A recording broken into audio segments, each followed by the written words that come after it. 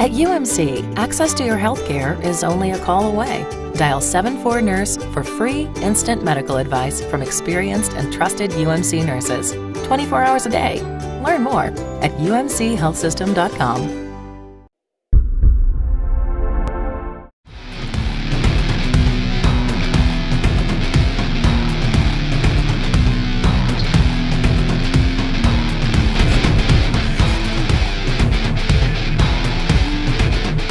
And welcome in everyone to RedRaiders.com. I am Zach Long with Don Williams and Krista Pirtle. This is the UMC Health System AJ Media pregame show.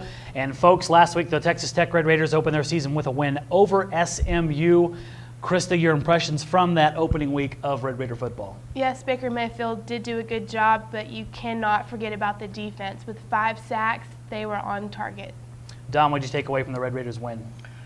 Pretty much, mainly that they did what I think you want to accomplish in the first game of the season, going on the road and winning, as it turned out, pretty handily. This a game that was a close game, pretty deep in the second half, and Tech takes control in the fourth quarter and gets out there with a win. You know, and I thought SMU was a dangerous team, potentially bad matchup for Tech in the opener, and Tech made that a moot point by kind of putting their foot down in the fourth quarter and not committing any turnovers. And before we move on to the Red Raiders game this week against Stephen F. Austin on Saturday night, of course, from Jones AT&T Stadium, let's take a look at a key moment from last week's win over SMU. I'll start with you first, Krista. I think the biggest thing was the first touchdown for the Red Raiders. A true freshman throws it to a guy who's on in place of the starting Jay Samara, who was suspended for the first half. I think that really set the tone that it doesn't have to be these big-name guys to do it all, that Tech does have the depth to get things done. Don, what stuck out to you? I think the big moment for me was this game was 20-16 in the fourth quarter. You're thinking the game has the potential to go down to the wire, and Baker Mayfield makes the touchdown run, the 11-yard touchdown run, in which he looks right, makes a move to the left, dodges a tackler, and then into the end zone, does a little end zone celebration there. And it showed an element, it showed not only his composure and looked like a guy who had been undefeated, won a state championship a couple of years ago, but it also showed an element that we haven't seen much in Tech teams the last several years, and that's a quarterback who can make things happen with his feet and run the football. Offense obviously took away a lot of attention from that game, but not to be forgotten, the Texas Tech defense under coordinator Matt Wallerstadt. They had a pretty good game, guys. Racked up 5 sacks against SMU, put a lot of pressure in the backfield, really shut down SMU's running game, and Wallerstadt spoke earlier this week about his thoughts on the Red Raiders' first defensive performance of the season. Guys up front, you know, a lot of returners, Kerry Hyder and Darton Bush, just our personnel. We thought we'd match up good up front with them and tried to give them some different looks, different fronts. And we had a pretty good beat on their protections early. They changed it up on us a little bit later.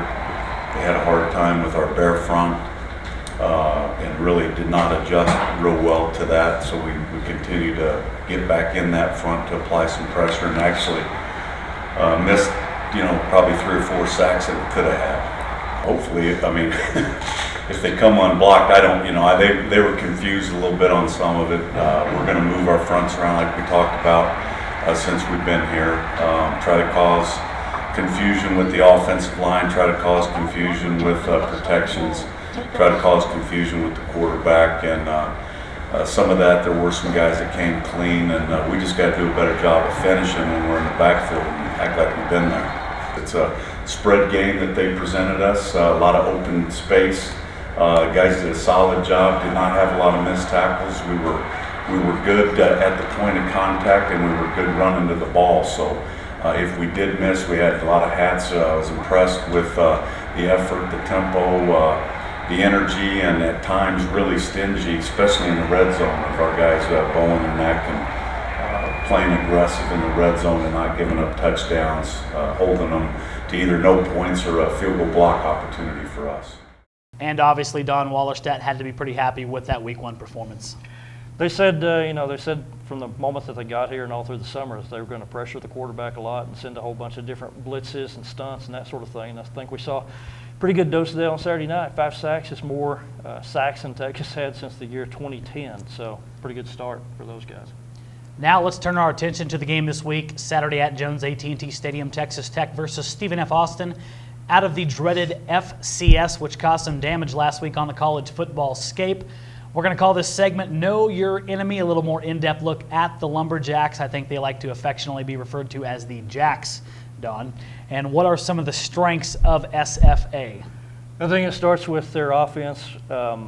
Particularly, they have a senior quarterback, Brady Attaway. He's from White House, which is the same program that Texas Dylan Cantrell came from, and also the Texas Tech commitment, Patrick Mahomes at quarterback. Brady Attaway threw for 450 yards, 4 touchdowns last week, and so he kind of picked up where he left off last year. Last year he led the Southland Conference in completions, passing yards, passing touchdowns, so they have a good veteran trigger man. There was a concern with this team. Last year they averaged nearly 4 turnovers a game, so they really shot themselves in the foot a lot. But they're capable of being really productive. I mean, last week they lose 50-40, but they had 564 yards total offense. And it's not just Attaway. They also have a running back in Gus Johnson, who was second team, or I think actually first team All SLC last year, and he starts off this season with a 110-yard performance up at Weber State. And Chris, it's been well chronicled. We've talked about several times this week the FCS teams that popped Division I football teams last week. Maybe not necessarily the scenario that we're looking for Saturday night against Texas Tech. What are some of the weaknesses within the Stephen F. Austin program? Going off what Don said with the turnovers, they had 41 total last year, and that's a lot. Last week they had 3, all of them were interceptions. One of them was taken back to the house 70 yards. Another big thing is they give up a lot on the run. Last week against Weber State, they allowed 315 yards. So for Tech and their running backs, this is the week where they can break out and get yards towards that 1,000-yard mark. And Chris, I'll continue on with you here. You look at the strengths for Texas Tech. One of the people who may not stand out immediately to fans is one of their wide receivers who made a big mark last week. Yes, and Jordan Davis stepped up to fill in for the suspended Jason Morrow, who didn't play the first half. And Davis is more than a fill-in for this Red Raider football team. You know, I went to Southwestern Oklahoma to play receiver, and you know, I liked it, had a good season, but I thought I would always regret it if I didn't try to play at the school I always wanted to play at. So I told my parents, and they were, you know, on board, and here I am. So. Jordan Davis, he did a fantastic job. You know, he runs great routes. You know, maybe the greatest, you know, route runner on our team, and you know, he's a great spill guy for me, and you know, he's a guy that is in a lot of our empty sets. That's really going to be a special weapon for us. He's going to do a lot of things that people really may not key up on him, and that's going to be really good for us down the road. I've always tried to pride myself on that. You know, not being a very big guy. You know, you need something to kind of get yourself in space and get open. So I've always prided that, and you know, it's just something I've always, you know, really took pride in. So that was great. You know, Mar's a great player, but you know, he went down. Someone's got to step in, and you know, it went well. So it was you know, we were in trips, and it was a 4 vertical play, and I got open, but Baker threw a great ball to zip it in there, and somehow got in. So. And Chris, it doesn't take much to look at and see the work ethic that has paid off for Jordan Davis. Yes, and they've said that he is one of the best route runners on the team. He knows how to get open, so he's a great asset for Texas Tech. That's going to do it for the first half of the show. Right now it's time for our running segment that Don dreads, but he's so good at it, we're going to keep doing it. We call this Don's Dining Tips. Man, this thing looks absolutely amazing. I'm jazzed about this. Zach, we come to Big Boy's Barbecue in Sweetwater, which is top 50 on Texas Monthly Best Barbecue Places in Texas. Yeah. And that sandwich looks great, but I mean, what else is on your plate here? Nothing, dude. I just got the sandwich. You know, one of the rules of barbecue is you got to have good sides, all right? Like at least a couple, 2 or 3, or in my case, you know, double the beans. I'm just trying to watch my portion sizes, dude. I'm trying to be healthy. I don't know how you can do that at a place like this, but you know, I mean, you're breaking the rules, man. We're gonna have to take that back. Dude, seriously, okay, that's cute. Give me my sandwich back. Seriously, that's it? That's not really Texas. Where are you from anyway? Kansas? Oklahoma? Here. And thankfully, the good news is you actually gave me my sandwich back where I could eat it. Yeah. Well, don't break the rules, and I won't have to act that way, Zach. I will behave next time, I promise. Now it's time to look at our keys to the game for Texas Tech versus Stephen F. Austin. Don, start us off with the first key. First key for me, I believe, is going to be Baker Mayfield's ball security. Of course, last week, everyone knows he was Big 12 Conference Offensive Player of the Week with 413 yards passing, 4 touchdowns. But, you know, Zach, the narrative could have been very different if one of those tip passes winds up in the hands of an SMU Mustang and a couple of those fumbles bounce around on the ground and wind up being recovered by the Ponies. Then it could have been a very different outcome for that game. So Baker Mayfield, to me, was a really fun quarterback to watch. He was very productive, and obviously he's fearless, as Cliff Kingsbury alluded to on Friday night. But Cliff did use the term reckless with how he plays, and so I think they'll be kind of walking that fine line between him being free to do all the things that makes him good and not making, well, at the same time, not making too many mistakes. So particularly in a game like this where you don't want to give the underdog momentum and a chance to get really excited and fired up about something, it starts, I think, with Baker Mayfield's ball security. Don, the key I look at for me is something you actually wrote about in today's Avalanche-Journal, the run game for Texas Tech. We've harped on it a lot this week, but it is a huge key for me.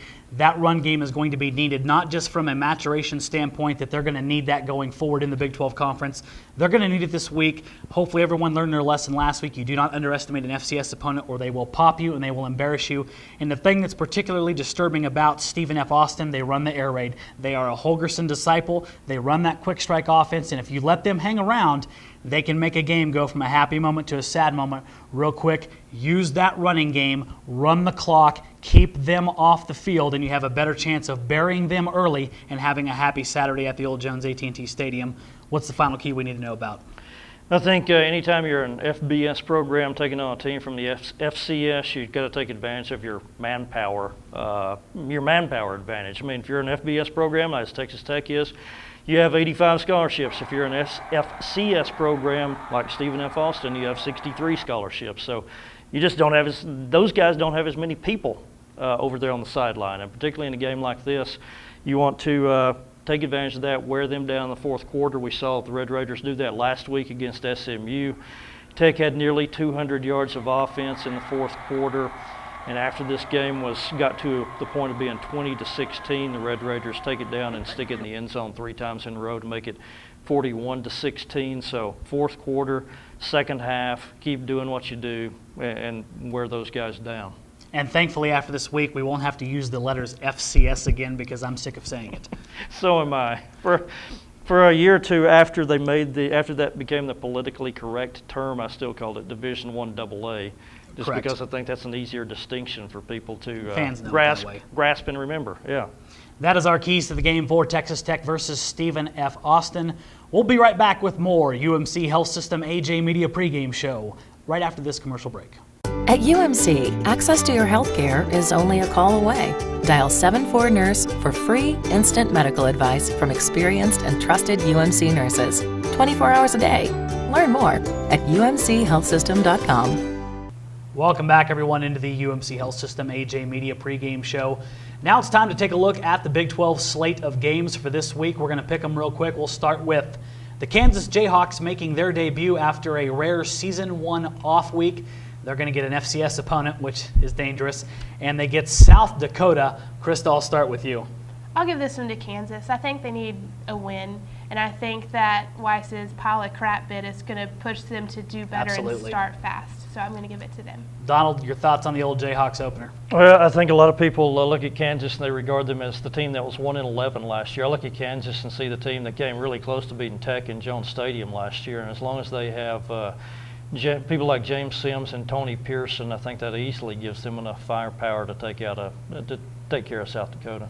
Yeah, I'm going to believe in the Jayhawks until they give me a reason not to. Hopefully that's not this week. I think they'll beat North Dakota or South Dakota. Whichever. Doesn't really matter. I think Kansas can beat any of the Dakotas, Zach. Thank you. Regardless there you of who go. they play. Well, it didn't work out too well for Kansas State against Kansas North State Dakota didn't, State last week. All right, guys, moving on to more intriguing matchup / not. Buffalo at Baylor. Baylor's going to have to be careful here, Krista. This was a team that played pretty well last week. They did. They had a score of 40-20 up at Ohio State, but I think that Baylor, they won 69-3 last week against Wofford, although Wofford, no one really knows or cares who they are. But I think that their tempo and firepower can get this done. Donald? Yeah, I'll stay with Baylor. Just too much firepower for the Bears to lose to a team like Buffalo. Baylor wins, but I think it's going to be lower scoring than people anticipate. Buffalo's defense has a few NFL caliber stars on that side of the ball, but Baylor still wins. Southeastern Louisiana at Texas Christian. Krista. TCU needs to bounce back and get a win, so they're going to do this easily. Absolutely. I'm in total agreement there. Don? TCU in a big way, Zach. Even though they could have a little bit of a letdown after all the build-up for the LSU game, but they're still too good a team to lose that one.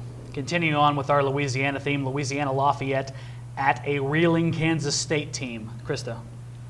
I think Kansas State can pull this one out. If Bill Snyder hasn't gotten these guys to win a game, then their season's in trouble. So I think the Wildcats pull this one out. Don? You know what, Zach? I think that loss last week to one of those Dakotas, shoot, that probably just motivated Bill Snyder to coach for another 5 years. You bet. Can you imagine how hard? Absolutely. Can you imagine how hard those guys have had to work this week up in Manhattan, Kansas after that thing? Yeah, I think Bill Snyder probably turned the screws and put the hammer down on those guys. I expect K-State to bounce back. Yeah, I don't even want to know what happened inside the Veneer football complex this week. It was probably pretty brutal. Kansas State rebounds a close game. I'm going to say that right now, but Kansas State does win. Here's one for you. Oklahoma State at Texas San Antonio. Our good friend Larry Coker and the Roadrunners. Krista? Oklahoma State, all the way, no doubt. Don? Kind of an interesting matchup, interesting to watch UTSA and see how their program progresses. But right now, of course, they're not at a level where they're ready to compete with a team who's the favorite in the Big 12 Conference this year. Oklahoma State better be careful down here. This is a UTS team that popped New Mexico last week. They are not your average grade startup Division I program. Oklahoma State needs to go in with a killer attitude. If they go in there lackadaisical, folks, that one could get interesting in a hurry. Texas at BYU, Krista.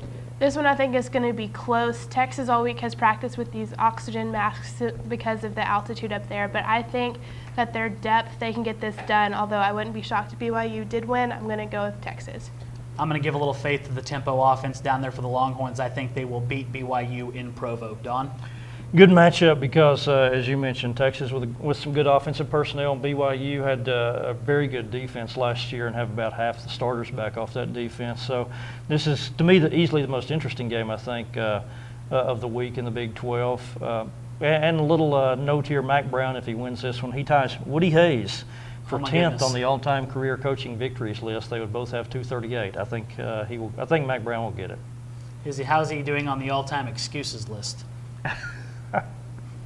That wasn't nice. Okay, last one, guys. It's actually a Big 12 Conference matchup, the first of the season. West Virginia at Oklahoma. This is a difficult one, Krista.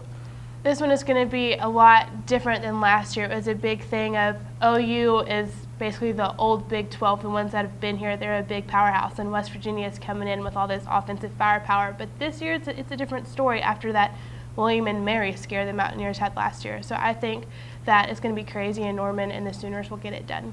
Very intriguing matchup for me because I think it's very difficult to judge West Virginia off that performance last week. Holgerson, another guy this week who was probably not in a real good mood around the football facility. They're going to be much better, but OU's defense last week actually started to resemble some of the old Stoops defenses from the early 2000s, Don. I think they ride that and they beat West Virginia. Yeah, and I think they may need the defense to help out in not only this game but games going forward. You know, we got to listen to that Oklahoma game on satellite radio last weekend as we drove back home from Dallas, and the Sooners did not start out very well on offense at all. With that said, I don't think West Virginia is good enough right now to take advantage of whatever shortcomings Oklahoma has. And so this will not be one of those 50-49 games like they had last year in Morgantown. I think the Sooners will win this one at home with not quite as much scoring as that game last year. And Don, speaking of satellite radio, if the folks out there need to feel better about themselves, just tune into the Iowa Football Network and listen to that poor guy. We had the pleasure/displeasure of driving back and almost wanting to ram the van into a bridge post, listening to that poor guy call the end of the Northern Illinois-Iowa game. Yeah, I mean, Iowa lost his 7th game in a row last Saturday, and the announcer sounded like he was still dragged down by the 6 losses in a row to end last season. Tough times in the old Hawkeye State. Yep. That's it for the Big 12 picks. Now let's turn our attention to the game that everyone's going to be at Saturday night at Jones AT&T Stadium, Texas Tech versus SFA. Krista, I'm going to start with you. How do you see this one playing out? I see Tech winning 56-10. I think they could have a shutout if they wanted to, but I think SFA with their offense will get some points scored. But honestly, I think the running backs go crazy. I think that Baker Mayfield stays in this whole game to develop a relationship with his team. I also think this is great for the defense to really get a thing going that they are dominant and they will come at you. Yeah, I'm actually excited to see this game for the reason you just mentioned. We're probably going to see, hopefully going to see Baker Mayfield play the entire game, get a lot of needed reps before they face TCU next Thursday. I do not see an FCS scare happening in Lubbock Saturday night. Too much firepower for Texas Tech and the defense. They're going to bear down there. Hopefully, they're going to get a good test. Their cornerbacks are going to get worked over. I think that's going to be a positive developmental thing for them later in the season, but no close one here. I'm going to go 50-10 Texas Tech. Don? I have Texas Tech 52-20, and I agree with pretty much what you guys have said. Tech offensively shouldn't have any trouble scoring, I think, against Stephen F. Austin. And then defensively, I think SFA has a very highly productive offense, but they also tend to turn the ball over a lot. And so maybe Tech's defense can harass Brady Attaway, and Tech finally gets a turnover for the first time since since the middle of last season. I have no idea. I forgot. Yeah, so 52-20 Red Raiders is what I have. That is going to do it for the bulk of our UMC AJ Media pregame show. We're going to have a lot more for you this week. Lots of good coverage over at Lubbock Online and RedRaiders.com. And don't forget, this week being a home game, our game day special section will be out the day of the game as well as online. And Don, you've got a very special feature going in that game day tab. Yeah, I talked to Eric Ward this week, and he's got some, if he can remain healthy all season, as he has for most of his career, then he's going to be approaching some pretty interesting career numbers and having the opportunity to pass a lot of prolific Texas Tech receivers. And, it might not even have happened because as I was reminded the other day in visiting with Eric, he came very close to being somewhere else and never coming to Texas Tech at all. And we'll remind you who the Red Raiders fans have to thank for that. And, of course, you can read that story by Don in the old Game Day tab and online at RedRaiders.com. Until that point, lots of good coverage online for the Texas Tech SFA game, a very good Don versus Twitter segment online right now, and our topics show with Krista Pirtle. Until that time, stay locked into RedRaiders.com and LubbockOnline.com. We'll be with you after the game on Saturday for full coverage of Texas Tech and Stephen F. Austin. Until that time, I'm going to bid farewell for Don Williams and Krista Pirtle. I'm Zach Long. This has been the UMC Health System AJ Media pregame show.